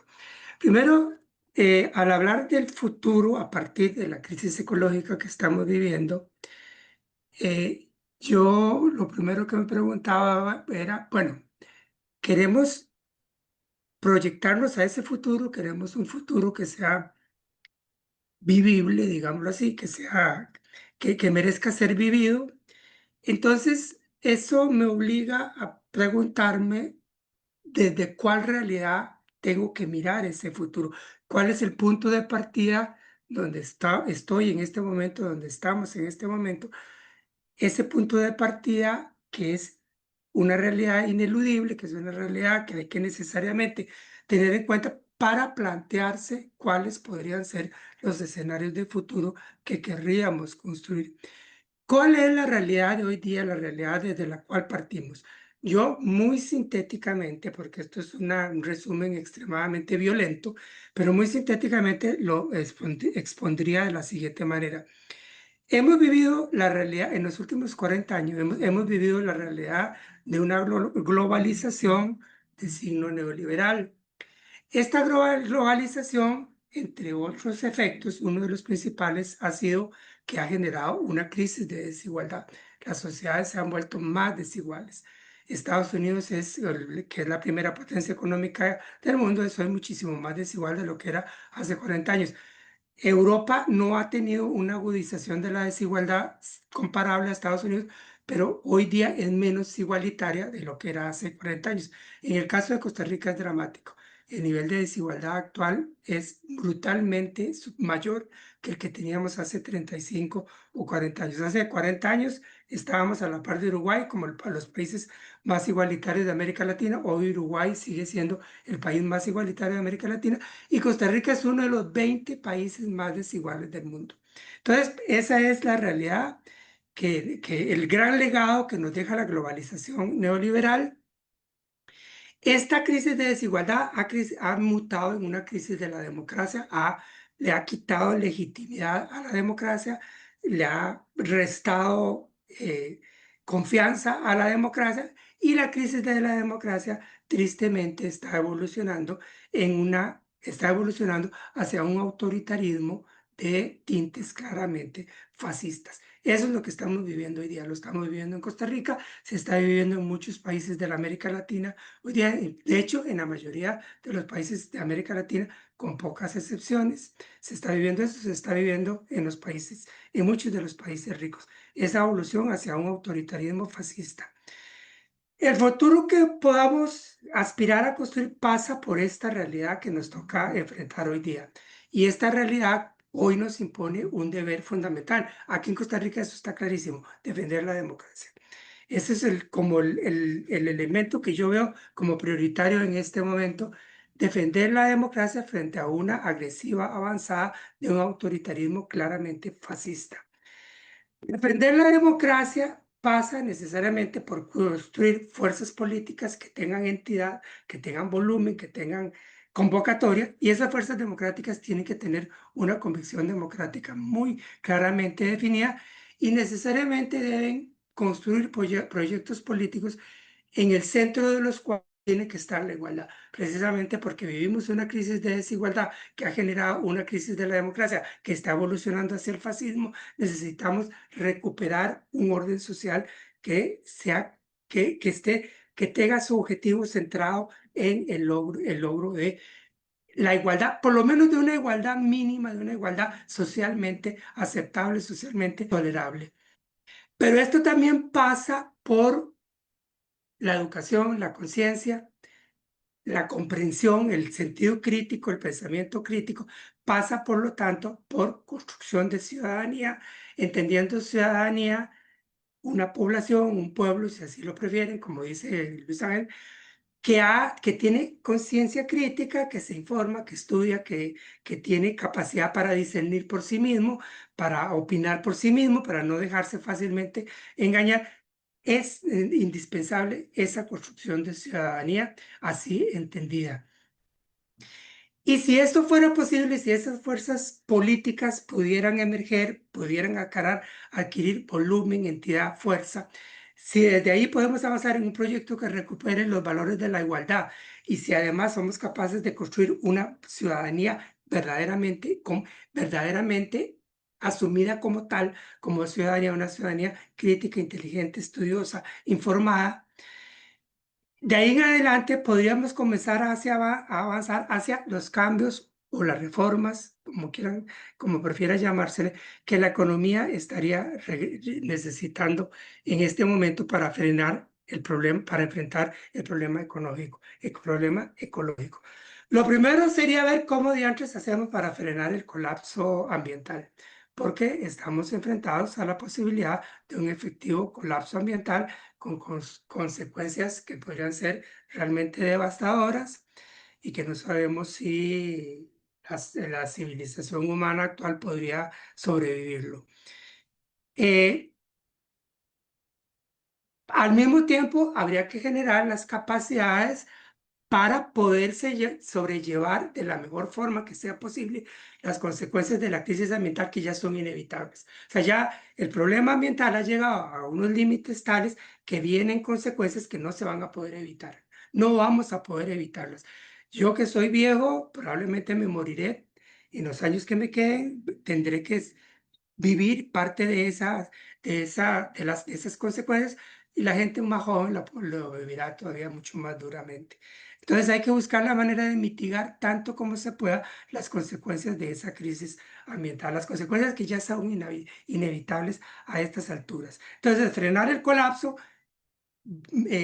lidiar con las consecuencias que ya se volvieron inevitables, ver cómo resolvemos eso y generar condiciones que serían cambios profundos en las sociedades, en el funcionamiento de la economía, en el funcionamiento de la sociedad, que permitan revertir la situación en plazos que seguramente serán largos, y que en esos plazos largos podamos restablecer los equilibrios de la naturaleza, aunque probablemente habrán secuelas que la naturaleza, habrán cicatrices que permanecerán abiertas en el equilibrio planetario de la naturaleza, que durará muchísimo tiempo antes de poder cerrarse.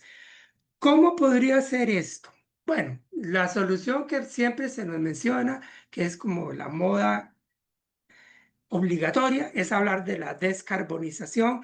Ustedes, en particular, Martina, expuso con mucha claridad los límites que esto tiene. Podemos sí lograr sustituir, que no es nada fácil de lograr, poder lograr sustituir una matriz energética basada en combustibles fósiles por una matriz energética que no genere los gases que generan los combustibles fósiles. Ya eso mismo no es fácil de lograr, ya eso mismo sería un avance, pero ese avance se lograría con otros costos, con otros muchos costos en términos de destrucción ambiental, por lo general destrucción ambiental en países del sur, y comunidades afectadas, y pueblos y lugares afectados por los necesarios procesos de extracción que alimentan el desarrollo de las tecnologías de la descarbonización.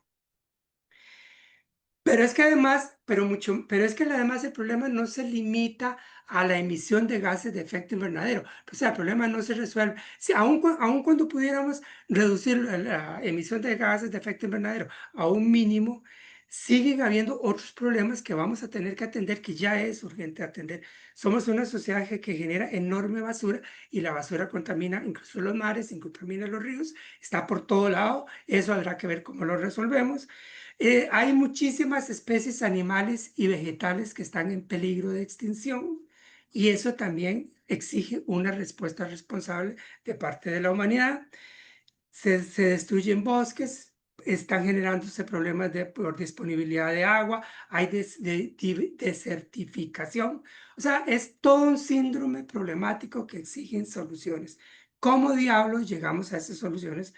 Pues yo no tengo la receta, no puedo decir cómo, pero si logramos construir ese proyecto político de que yo hablaba al inicio, y desde ese proyecto político empezamos a buscar soluciones de fondo, soluciones estructurales y soluciones que tengan persistencia, sostenibilidad a lo largo del tiempo, este tipo de cosas tendrá que ser atendida.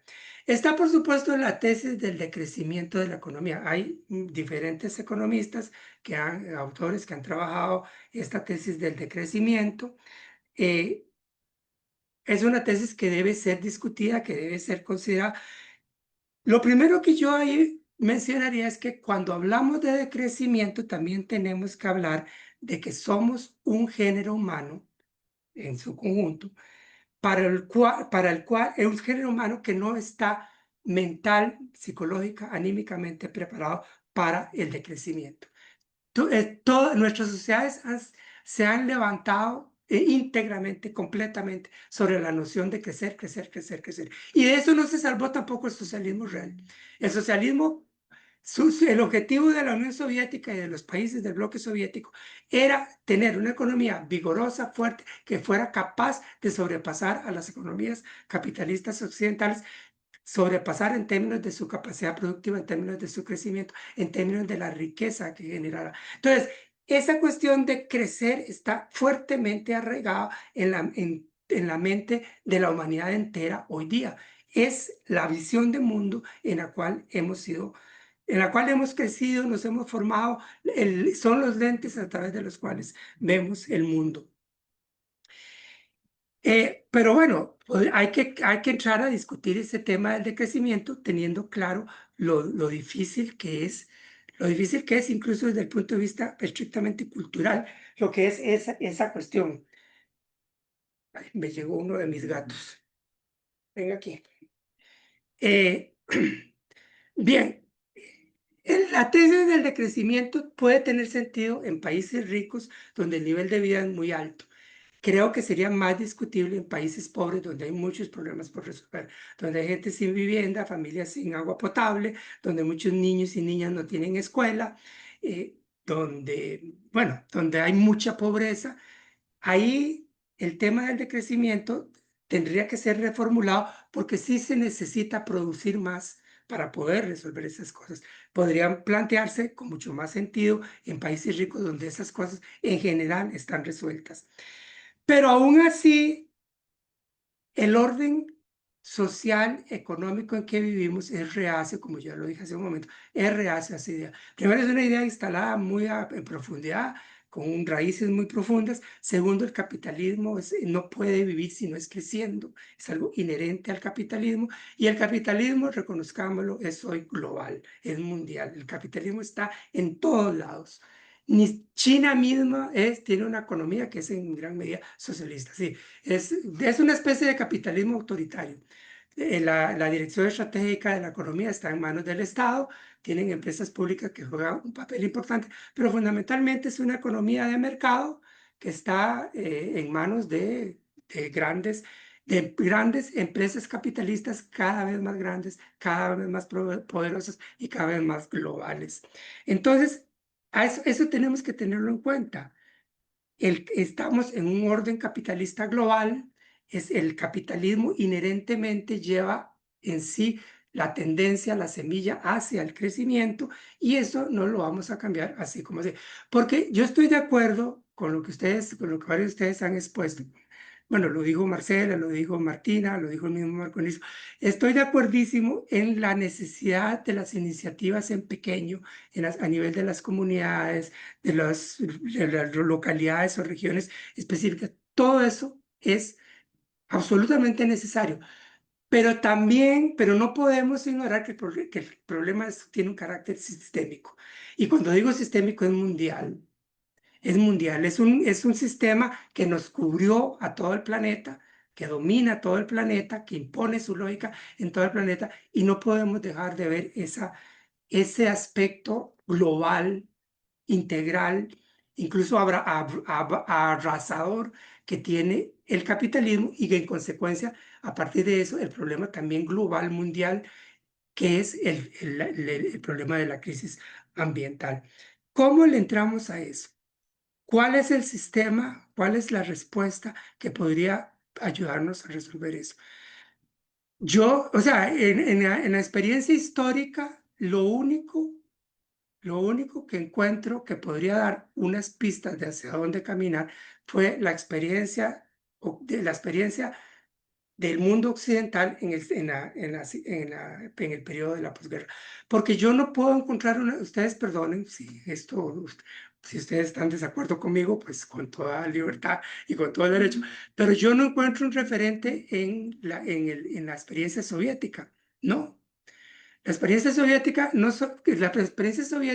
fracasó en lo que era su objetivo central, competir exitosamente desde el punto de vista económico con Occidente, especialmente con Estados Unidos. Pero en sí misma la experiencia soviética no tenía una lógica distinta que no fuera la lógica del crecimiento. Yo ahí no encuentro una respuesta apropiada. La encuentro en la experiencia del New Deal estadounidense, el New Deal de este gatito se llama Tuki, que es atravesado. Ustedes me van a perdonar. Aquí está, tengo que rascarle la cabeza. Lo encuentro en esa experiencia del capital, del occidente, en el periodo de la posguerra, el New Deal de Roosevelt, las socialdemocracias europeas, incluso la experiencia de Costa Rica. La encuentro ahí en el siguiente sentido particular, de que ahí se logró un cierto arreglo de las cosas, una cierta institucionalidad, un cierto arreglo normativo, un cierto arreglo de relaciones sociales, de relaciones de poder, donde se logró domesticar al capitalismo, por lo menos domesticarlo hasta cierto punto. Se le obligó al capitalismo a pagar altísimas tasas de impuestos, se le obligó a tolerar y respetar los sindicatos, se le obligó a negociar con los sindicatos, se le obligó a ceder en diferentes cosas a las clases trabajadoras.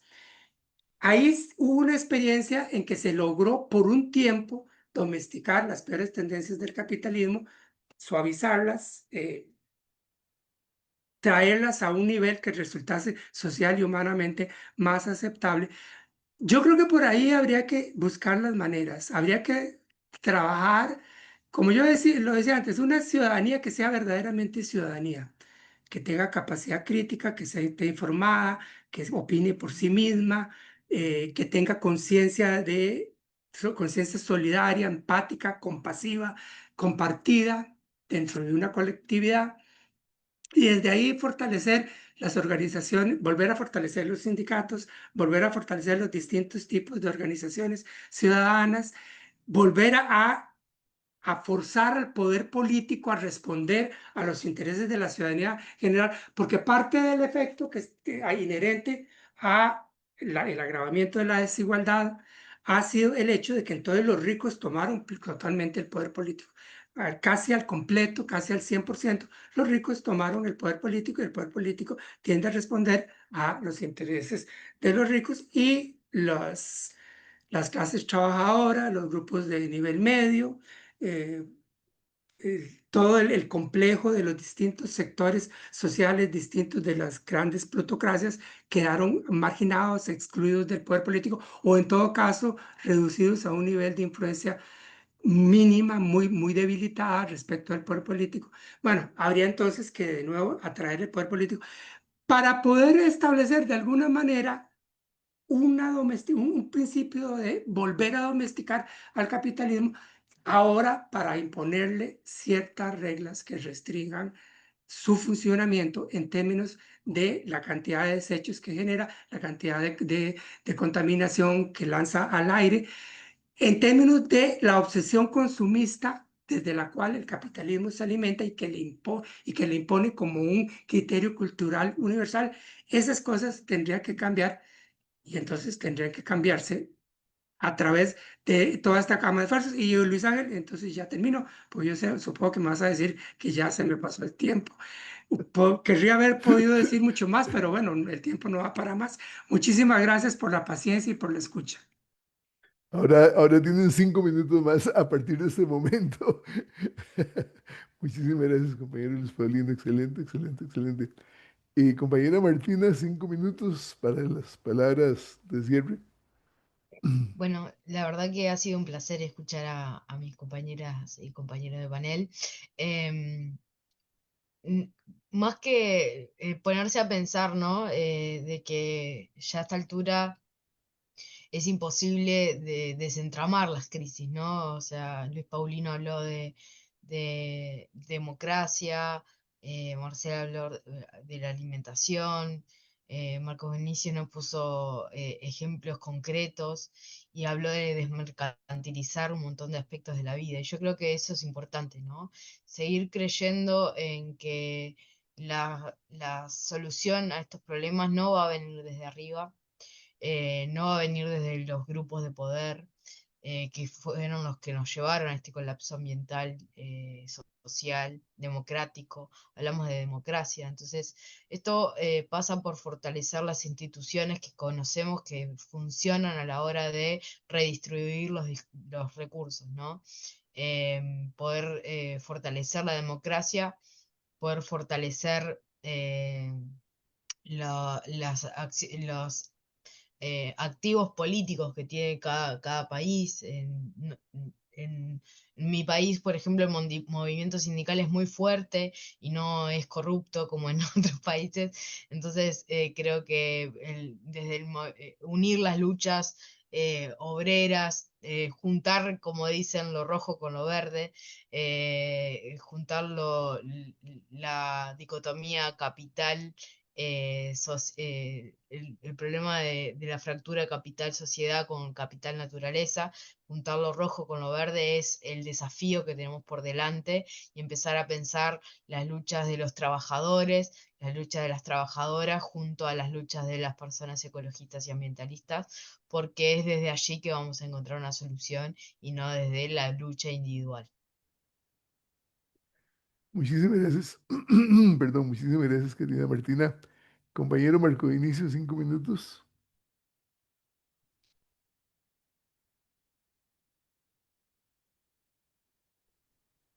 Sí, como decía Martín ahora, las soluciones no van a venir desde arriba y menos de los que provocaron esta crisis y que inclusive ni siquiera la quieren aceptar. Pero mi propuesta es a esa pregunta, ¿qué hacer o qué hay que hacer? Yo digo, y, y, y lo veo en 3 niveles, un compromiso a nivel de 3 niveles. El primero, a nivel de nuestra casa, definir eh, lo que compramos para comer, dónde lo compramos, donde no tengan ese montón de empaque. Y si vamos al lugar donde nos venden el frijol a granel, comparado con algunos supermercados que nos venden hasta en una lata ese frijol, donde en otras opciones nos plantean eh, alimentos orgánicos o simplemente los artículos de limpieza en nuestro hogar, donde estamos deteriorando el funcionamiento correcto de los tanques sépticos usando químicos, donde más bien matan los, los gérmenes que hacen y dañan nuestros desechos, más bien los estamos dañando, esos que más bien nos protegen.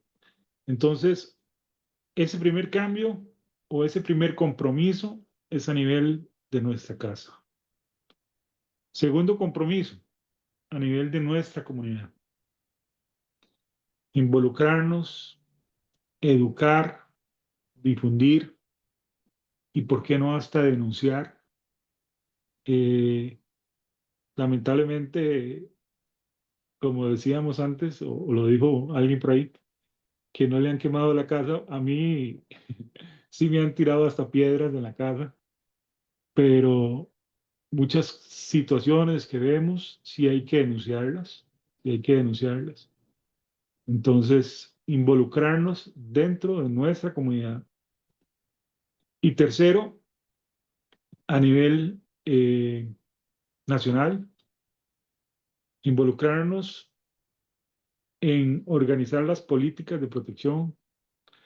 Luis Paulino hablaba del proyecto político. ¿Desde dónde? Desde la institucionalidad o desde los grupos, como hablemos y digo nombres, no hay problema decirlos. El grupo de Bloque Verde, y la gente de FECON, desde la academia, desde los partidos políticos inclusive. Tenemos que meternos, involucrarnos directamente en esa responsabilidad que tenemos. Eso es lo que para mí debemos hacer. Excelente, compañero. Excelente. Compañera Marcela, adelante. 5 minutos. Sí, bueno, yo creo que definitivamente, como lo han dicho los compañeros y la compañera, esa organización, ¿verdad? Que logremos, esto que Martina decía, ¿verdad? De em, tener la visión ecologista en el centro de las luchas también, ¿verdad? Que no tengamos esas divisiones, porque en realidad vemos cómo la crisis es producto de todos estos aspectos que al final todo se junta, ¿verdad? Todo tiene que ver con todo y más bien el introducir esta visión ecologista sí, ecologista en las luchas es verlas de una manera mucho más integral y más aterrizada también en nuestra realidad y nuestras necesidades en general. Pero también creo que hay que hacer mucha educación, mucha, y hacerlo a partir de nosotros, ¿verdad? De las mismas comunidades organizadas, em, ir teniendo espacios con niños, con adolescentes, ¿verdad? Que, que los jóvenes puedan ir pensando en futuros que quieren, ¿verdad? En soluciones que quieren. Una cosa que pienso es que no podemos hablar de soluciones estandarizadas porque justamente em, las soluciones pueden venir de ese conocimiento que se tenga del medio, ¿verdad? Y cómo el medio en el que vivimos cambia, es decir, es diverso, ¿verdad? Y por lo tanto también las soluciones son diversas. Por eso es que es tan importante que la gente se una en los territorios y se organice. Creo que básicamente eso es como lo que yo abandero. Gracias. Muchas gracias, Marcelita. Don Luis Paulino, 5 minutos. Sí, yo lo que quisiera, para cerrar, Luis Ángel y Marcela y Martínez, Marco Vinicio, es con lo siguiente. Si yo quiero proyectarme a ese largo plazo de cuál va a ser el futuro de la humanidad frente a esta crisis ecológica, y tengo que partir de mi realidad actual, yo creo que la prioridad en este momento, en esta realidad que estamos viviendo, es defender la democracia. Si nosotros no logramos defender la democracia, nos jodimos. Nos jodimos.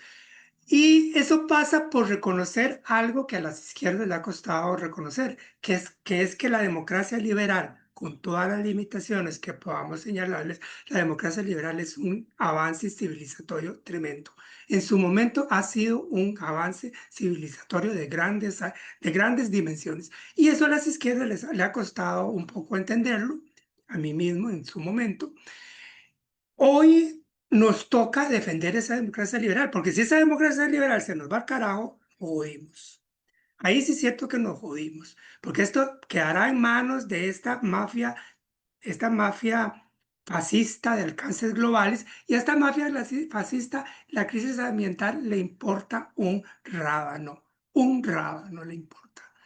Y aquí en Costa Rica esa disyuntiva está planteada con absoluta claridad, está planteada con absoluta claridad. El chavismo no disimula su objetivo de traerse abajo la democracia de Costa Rica. Traérsela abajo de acuerdo con las modalidades de lo que a mí se me ha ocurrido llamar el autoritarismo del siglo XXI, que es un autoritarismo que establece la dictadura trajeada de democracia. Caso clarísimo de eso es El Salvador. Algo que tiene un cascarón de democracia, debajo de lo cual solamente hay autoritarismo, y un autoritarismo claramente fascista. Por ahí nos quieren llevar en Costa Rica. Entonces, a mí me parece que esa es la pelea que tenemos que dar hoy, que es absolutamente prioritaria, porque si la perdemos, ahí sí es cierto, repito, no oímos. Esa es una base que necesitamos para poder avanzar en otras cosas. Y al plantearnos la pelea por la defensa de la democracia, hay que reivindicar los valores que Costa Rica en otros tiempos tenía como muy prioritarios, que eran los valores de la igualdad. Costa Rica construyó su identidad, construyó su imagen de sí misma, presentándose como un país igualitario. Esa igualdad, y se nos fue el canasto de la basura igualmente. Entonces, cuando decimos vamos a defender la democracia, vamos a tener que decir, ok, hay que defender la democracia, y eso significa recuperar aquellos valores, aquellas aspiraciones que aspiraron a Costa Rica de un tiempo atrás. Aquella Costa Rica que en su momento fue tan igualitaria como era Uruguay en aquel momento. Uruguay has logrado sostener eso, nosotros lo hemos perdido totalmente, radicalmente lo hemos perdido.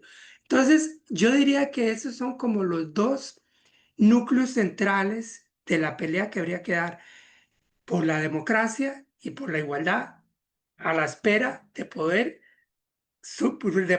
preservar la democracia liberal, estamos hablando en este caso, de poder reorientar el país hacia sus viejas aspiraciones de igualdad, y desde ahí ver si podemos construir la fuerza política, que reconozcamos los que hoy no la tenemos, la fuerza política de la suficiente entidad, del suficiente volumen, fuerza y convocatoria para poder avanzar hacia metas más ambiciosas, incluyendo las metas que tienen que ver con lo ecológico. Y muchísimas gracias, ha sido un honor, un placer compartir con ustedes, de verdad, a Marcela, a Martina, a Marco Vinicio, a Luisabel, muchas gracias. Ha sido un verdadero honor para mí compartir con ustedes. Muchísimas gracias, Luis Paulino, muchísimas gracias. Realmente el aporte es fundamental y me place muchísimo que hayas estado acá. La misma situación con mi querida amiga Martina, con Marco Vinicio eh, y con la compañera Dumani, que son fundamentales. Yo quería agregar rapidísimamente, ¿verdad? Si es que cabe el barbarismo, un comentarito. Totalmente de acuerdo en todo lo que se ha planteado. Es urgente definitivamente cambiar esta situación. Y creo que las soluciones empiezan, coincido totalmente, ¿verdad? Con Martina y con Inicio, bueno, y con todas y todos, de que el asunto tiene que empezar de abajo para arriba, ¿no? Alguna vez leí a Lenin, y ahora lo parafraseo porque no recuerdo exactamente sus palabras. Decía algo así como que las revoluciones no empiezan en la cabeza, sino en la panza, obviamente con palabras diferentes. ¿Qué significa esto? Eh, Mientras no estén amenazadas nuestras condiciones vitales fundamentales, alimento, ambiente, abrigo, cultura, etcétera, etcétera, por más que se nos recite la necesidad de cambiar el sistema vigente, no hay manera, ¿no? Pero cuando estas condiciones básicas empiezan a falsearse, ¿verdad? Incluso a desaparecer, instintivamente, ¿verdad? El organismo dice, un poco volviendo a la forma en que parafraseo, la panza le dice al cerebro, mire, papito, espabilese, ¿verdad? Porque nos vamos a morir si no hace nada, ¿no? Y este sistema capitalista neoliberal hoy vigente, ¿verdad? Nos ha llevado a ese extremo, ¿no? Nos ha quitado la alimentación adecuada, nos ha quitado la educación adecuada, nos ha quitado el ambiente, la posibilidad de distracción. Ya no podemos salir al parque del pueblo, ¿verdad? A la plaza del pueblo, al parque del pueblo a caminar un rato en la noche porque nos da miedo de que nos asalten, ¿verdad? Y no es un miedo infundado, ¿verdad? Una bala perdida por ahí nos puede dejar fuera de este planeta, ¿verdad? Nos ha quitado la posibilidad de viajar a la playa un ratito en verano, en vacaciones, nos ha quitado la posibilidad de tener una vivienda decente, nos ha quitado la posibilidad de tener transporte adecuado, nos ha quitado la posibilidad de recibir la mejor educación posible, nos ha quitado la posibilidad, reitero, de comer lo que realmente necesitamos y no el montón de basura que nos meten, nos ha quitado la posibilidad de respirar aire puro, ¿verdad? Yo vivo en un pueblito que se llama Grecia, ¿verdad? Eh, y uno diría, bueno, pues aquí en Grecia hay muy poca contaminación y resulta que cuando uno limpia las cortinas están llenas de humo, ¿verdad? De contaminación de todo tipo, ¿no? Antes no era así la situación, ¿no? Nos han quitado la posibilidad de las zonas verdes, etcétera. Nos han quitado la posibilidad de ser plenamente seres humanos. Y entonces ese ser humano que somos, que es plenitud pura, alguien decía por ahí, la revolución no es más que ansias de plenitud humana, ¿verdad? De ser plenamente humanos. Nos hace pensar entonces qué hacer. Y entonces yo planteo siempre la medida radical, hacer todo lo posible por cambiar este sistema. Y aquí Luis Paulino hemos tenido reflexiones al respecto, ¿verdad? Cuando yo planteo este sistema capitalista neoliberal que es homicida, ecocida, plutocrático, cleptocrático, insoportablemente patriarcal, cambiar este sistema por un sistema humanitarista, ecologista y auténticamente demócrata participativo, ¿verdad? Y entonces el humanitarismo como eso justamente que le está haciendo el gato en este momento, ese apapucho ahí lindo, ¿no? Que debemos hacernos todos los seres humanos siempre, ¿verdad? Esa actitud del cruz rojista, ¿verdad? De cuando llega y estamos en una situación de accidente, ¿verdad? Nos da calor, nos da afecto, nos da ese humanitarismo que tiene el cruz rojista, ¿verdad? En este momento lo necesitamos. Y creo que estamos a tiempo realmente, ¿no? Y entonces, cuando nuestro pueblo o el pueblo que somos nos empecemos a dar cuenta, y ya nos estamos dando cuenta de que este sistema es invivible, el cambio se hace fundamental y se hace muy fácil, ¿no? Y no nos asustemos con lo que está pasando en América Latina, y con esto termino, ¿verdad? Aparentemente América Latina ha tenido una vuelta a la derecha, ¿verdad? La teoría del péndulo, que yo no creo en la teoría del péndulo, ¿verdad? No, yo creo en que la realidad se desarrolla dialécticamente y más que dialécticamente en espiral, ¿verdad? Aparentemente volvemos a lo mismo, pero más desarrollado siempre. Entonces, cuando analizamos la realidad de América Latina, y con esto termino, nos damos cuenta de que, por ejemplo, en Argentina, ¿verdad? A Milei no se ha caído porque no ha habido quien lo vote. Sencillamente es insoportable el tipo ese y la realidad argentina lo está demostrando, el pueblo argentino lo está demostrando. Cast llega en Chile por un errores de Boric y el Frente de los Socialistas Chilenos. Eh, ¿Cómo se llama? En Perú, la doña esta Fujimori no va a durar mucho tranquila, ¿no? En Bolivia ya en este momento se está dando un escándalo terrible que le pido que ponga atención, atención, ¿verdad? Al caso Cerimedo, ¿verdad? Fernando Cerimedo, que es un vendedor de mentiras, definitivamente con las que ha llegado varios grupos al gobierno, ¿verdad? En Colombia, ¿cómo se llama? Eh, Obviamente en Bolivia, etcétera, ¿verdad? Y si subimos por la misma situación, el pueblo está muy despiertito y el pueblo se está revelando, ¿no? Entonces muy pronto tenemos revoluciones fundamentales a la mano y si ha habido un momento fácil para predicar el cambio, es este momento, ¿verdad? Porque necesitamos cambiar, o cambiamos o desaparecemos como especie y nos llevamos entre las patas, perdonen el término, ¿verdad? El ambiente natural que conocemos, ¿no? Y que es tan lindo. Pero bueno, muchísimas gracias, discúlpenme. Y lo más importante de todo lo que hemos tenido es que hemos dejado un montón de inquietudes en el aire, ¿verdad? Para que todo el mundo las analice como les parezca y que han sido inquietudes muy valiosas y muy bien sustentadas, ¿no? Así es que muchas gracias. Alternativas está a la orden. Perdón, y en 7 días les invitamos a una nueva emisión de Alternativas. Muchas gracias, Martina. Muchas gracias, Vinicio. Muchas gracias, nuestra querida compañera Umani. Y Umani Shandy, ¿verdad, Marcela? Y muchas gracias a nuestro hermano Luis Paulino. Y muchas gracias al compañero Kevin, ¿verdad? Que ha estado en el Control Master. Muy buenas noches y quedamos a disposición siempre. Hasta luego.